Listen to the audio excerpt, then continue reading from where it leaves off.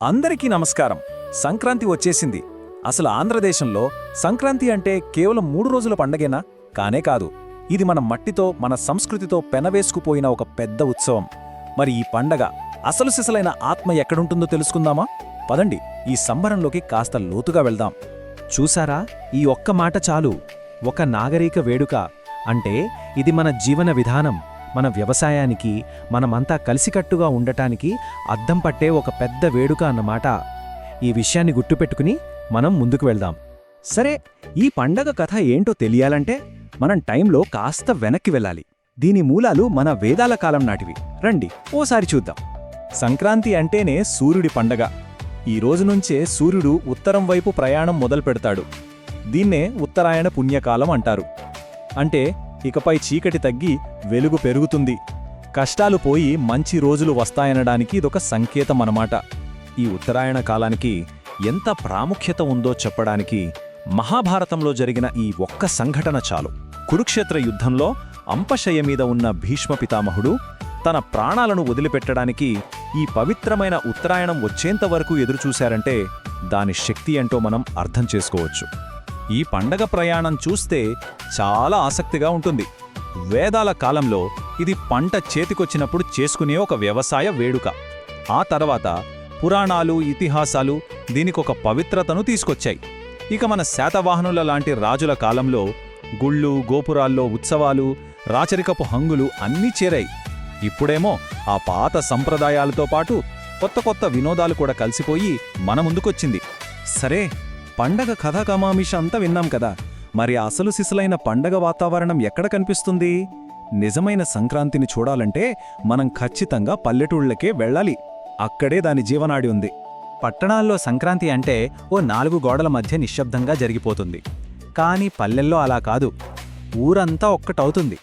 తెల్లవారుజామున చలిలో లేచి వాకిట్లో రంగురంగుల ముగ్గులు, వాటి మధ్యలో ఆవుపేడతో చేసిన గుబ్బెమ్మలు పెడతారు.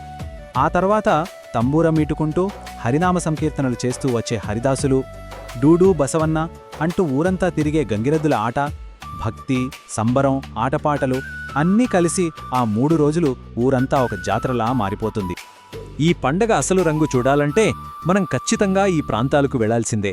ముఖ్యంగా కోస్తాంధ్ర, పచ్చని కోనసీమ, గోదావరి డెల్టా ప్రాంతాల్లో ఆ సందడే వేరు. అలాగే రాయలసీమలోనూ, ఉత్తరాంధ్రలో కొన్ని చోట్ల ఈ వేడుకల్ని చాలా ఘనంగా జరుపుకుంటారు. ఒక్కో ప్రాంతంలో ఒక్కో ప్రత్యేకత. ఇక అస్సలైన మజాలోకి అడుగుపెడుతున్నాం. సంక్రాంతికి ఆ పేరు, ఆ పౌరుషం తీసుకొచ్చే ఆ ఆటల గురించి ఇప్పుడు మాట్లాడుకుందాం. కొన్నిసార్లు ఇవి వివాదాలకు కూడా దారితీస్తుంటాయి. అవును, మీరు ఊహించింది కరెక్టే. మనం దౌత్యం మాట్లాడుకోవాల్సింది కోడి పందాల గురించే. ఇది కేవలం ఒక ఆట కాదు. ఆ ప్రాంత ప్రజలకు ఇదొక పౌరుషం, ఒక ప్రతిష్ఠ. ముఖ్యంగా గోదావరి, కృష్ణా జిల్లాల్లో సంక్రాంతి వచ్చిందంటే చాలు, ఊర్లకూళ్ళు పెద్ద పెద్ద పందెం బరులుగా మారిపోతాయి. వేలాది మంది జనం మధ్య ఆ హోరాహోరీ చూడటానికి 2 కళ్ళు చాలవు. చట్టపరంగా ఎన్ని ఆంక్షలున్నా సరే వాళ్ల సంస్కృతిలో ఇది అంత బలంగా నాటుకుపోయింది. కోడిపందాల పౌరుషం ఒక ఎత్తైతే, ఏడాది పొడవునా రైతుకు అండగా నిల్చే పశువులకు కృతజ్ఞత తెలిపే వేడుక మరో ఎత్తు. కనుమ రోజు పూర్తిగా పశువులకే అంకితం. ఆ రోజు జరిగే ఎడ్ల పందాలు, దున్నపోతుల పోటీలు ఇవన్నీ కేవలం ఆటలు కాదండి. ఏడాది పొడవునా తమతో పాటు కష్టపడి పనిచేసిన ఆ మూగజీవాలకు రైతిచ్చే గౌరవం. ఆ రైతుకి పశువులకు మధ్య ఉన్న బంధానికదొక వేడుక.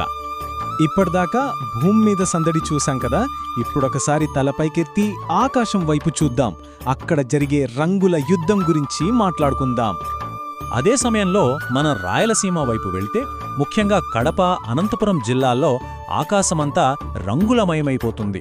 గాలిపటాల సందడి మామూలుగా ఉండదు.